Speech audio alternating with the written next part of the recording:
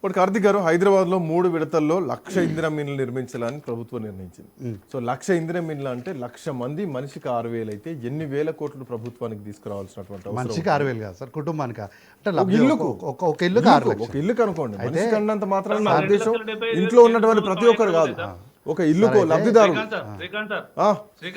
చెప్పండి. 2,75,000 కేంద్ర ప్రభుత్వం ప్రతి ఇల్లు గరీబోనికి ఇస్తుంది.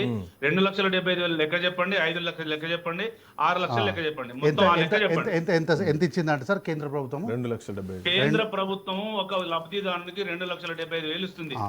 అక్కడ ఆగండి ఒక్క నిమిషం సార్. 2,75,000 ఇచ్చింది కదా సార్. అయితే అదే ఇస్తుంది, ఇచ్చింది, గతంలో ఇచ్చింది, ఇప్పుడు ఇస్తుంది, అంతే కదా మీరు వాదన ప్రకారం. అయితే వీళ్ళు 2014 మేనిఫెస్టో సార్, వీళ్ళు ఏమన్నారు, 3 లక్షల రూపాయలతోని గౌరవప్రదమైన ఇల్లు కట్టించేందుకు టీఆర్ఎస్ నిశ్చయించుకుంది అని అన్నారు. 3 లక్షల రూపాయలతో అన్నారు. అంటే ఇప్పుడు కాంబోస్ అన్న చెప్పిన దాని ప్రకారమే 2,75,000 కేంద్ర ప్రభుత్వమే ఇస్తే ఆ రోజున రాష్ట్ర ప్రభుత్వం ఎంత ఖర్చు పెట్టినట్టు సార్? అంటే హార్డ్లీ 15 lakhs ఖర్చు పెట్టలేదు. 15 lakhs పెట్టిండ్రు, 5 లక్షలు పెట్టిండ్రు, వాళ్ళు ఇల్లు కట్టి చూపెట్టారు. ఏడగట్టి చూపించారు. తెలంగాణలో సార్ ఉన్నాయని ఖాళీగానే ఉన్నాయి. నేను వస్తా చూపిస్తా. పేదవాళ్ళు కనిపిస్తలేరా ఇప్పుడు?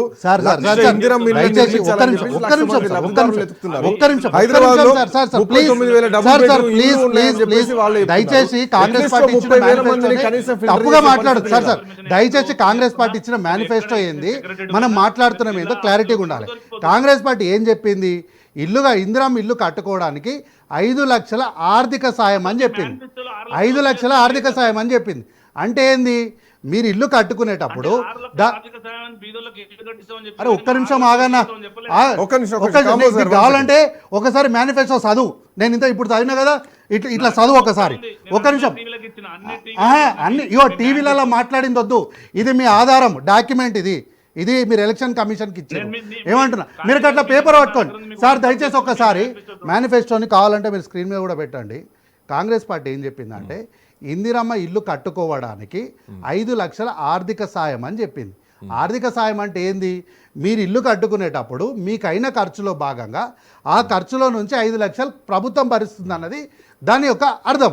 దాన్ని విడిచిపెట్టి 5 లక్షలకి ఇల్లు కడతాము అని ఎవరు సార్ చెప్పిన వాళ్ళు? 5 లక్షలకి ఇల్లు కడతామని చెప్పిన వాళ్ళు ఎవరన్నా 5 లక్షలకి ఇల్లు కడతామని చెప్పిండ్రా?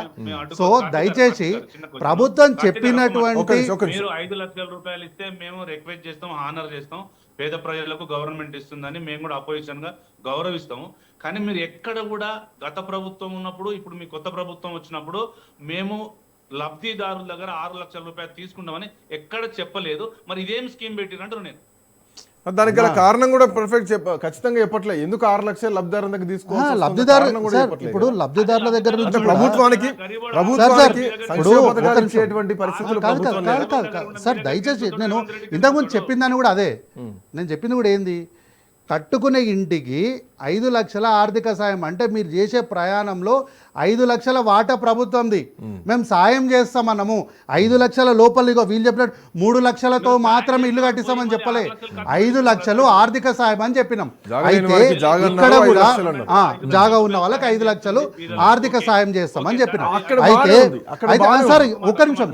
అయితే 5 లక్షల ఇల్లు, 5 లక్షల ఆర్థిక సాయం అంటే సార్ ఒక్క నిమిషం ప్లీజ్ చిన్న కంపోజ్ గారు, 5 లక్షల రూపాయలు ఆర్థిక సాయం వాళ్ళ ఇష్టం. అవును, అదే కదా. ఇక దాని తర్వాత వాళ్ళు ఇట్లానే చేసుకోవచ్చు. ముందు ప్రభుత్వం కట్టించింది. సరే, ఇందాక మీరు చెప్పిన లెక్క ప్రకారం, కాంబోజ్ వెంకటేశ్వర్లు గారు చెప్పిన దాని ప్రకారం ఇవాళ టీఆర్ఎస్ పార్టీ నాయకులు మాట్లాడుతున్నట్టు 39,000 డబుల్ బెడ్రూమ్ ఇండ్లు కట్టి ఉన్నాయి. ఇవి లబ్ధిదారులకు ఎందుకు ఇస్తలేరన్న ప్రశ్న వెనక ప్రభుత్వ బడ్జెట్ కేంద్రమా రాష్ట్ర పక్కన పెట్టు, లబ్ధిదారుల మీద ఏమైనా భారం వేసి నేను అదే అంటున్నా. 39,000 ఉన్నాయా లేవా పక్కన పెట్టు. 39,000 గురించి అన్నారు కదా. నేనేమంటున్నా, వీళ్ళు ఏమంటున్నారు, ప్రభుత్వం వచ్చి 3 ఏళ్ళు అయింది, ఇక మా రేవంత్ రెడ్డి గారికి, రాహుల్ గాంధీ గారి గురించి అన్ని గురించి వెంకటేశ్వర్లో మాట్లాడిండు. మరి వీళ్ళు 2014 కట్టినప్పుడు 39,000 మంది ఐడెంటిఫై చేయడానికి వీళ్ళకి చేత కాలేదా? వాళ్ళు చేయకనే వాళ్ళ ప్రభుత్వం పోయింది. మరి ఐడెంటిఫై చేయడానికి అంటే వీళ్ళు ఏంది వచ్చిన అదే అంటున్నా, వీళ్ళకైతే 9 ఏళ్ళు కావాలి, మాకైతే 2 ఏళ్లలో గీతలు గీస్తారా స్కేల్ పెట్టి? మరి అందుకే కదా ప్రజాపాలన మిమ్మల్ని అంటే ప్రజాపాలన అంటే 2 ఏళ్ళలో వాళ్ళ లెక్క చేస్తా అంటే వాళ్ళకే చేస్తామంటారా? కాదు సార్, వాళ్ళ లెక్క చేస్తా అనేది కాదు. ఇప్పుడు వాళ్ళు 9 ఏళ్ళు ఇప్పటికీ మీరు హైదరాబాద్ లో సార్ 9 ఏళ్ళు పాలన చేసి 2,75,000 వాళ్ళే కేంద్రం ఇచ్చిందని వారే చెప్తున్నారు. అంటున్నారు. మీరు ఉన్న 39 ఎందుకు పంచట్లేదు అనేదే ప్రశ్న కదా. అవి పంచితే ఇంకో 4 పేదోళ్ళు బాగుపడతారు కదా, ఇల్లు అవుతుంది కదా. సార్ ఈ 39,000 ఇండ్లు ఎవరికి ఇవ్వాలనే దానిపైన ప్రభుత్వం దగ్గర నిర్దిష్టమైనటువంటి ఆలోచన సమాచారం ఉంది. అది ఎవరికి ఇవ్వాలనేది వీళ్ళు చెప్పొద్దు. అది ఎవరికి ఎన్నికల టైం వరకు ఇస్తామా, లేకపోతే మూసి పర్యావ ప్రాంతంలో ఉన్న వాళ్ళకి ఇస్తామా, లేకపోతే ఎవరికి ఇస్తామన్నది ఒక్క నిమిషం, అది ప్రభుత్వం తీసుకునేది.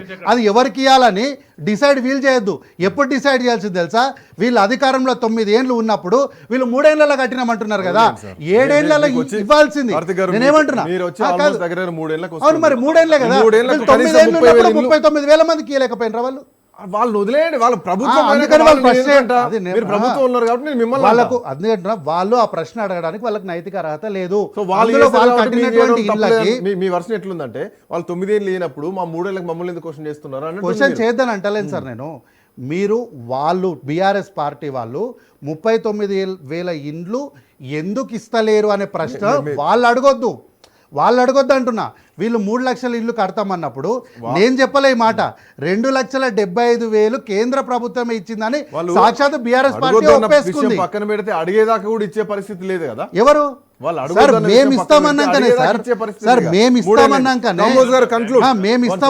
వాళ్ళు ఈ రాగం ఎత్తుకున్నారు.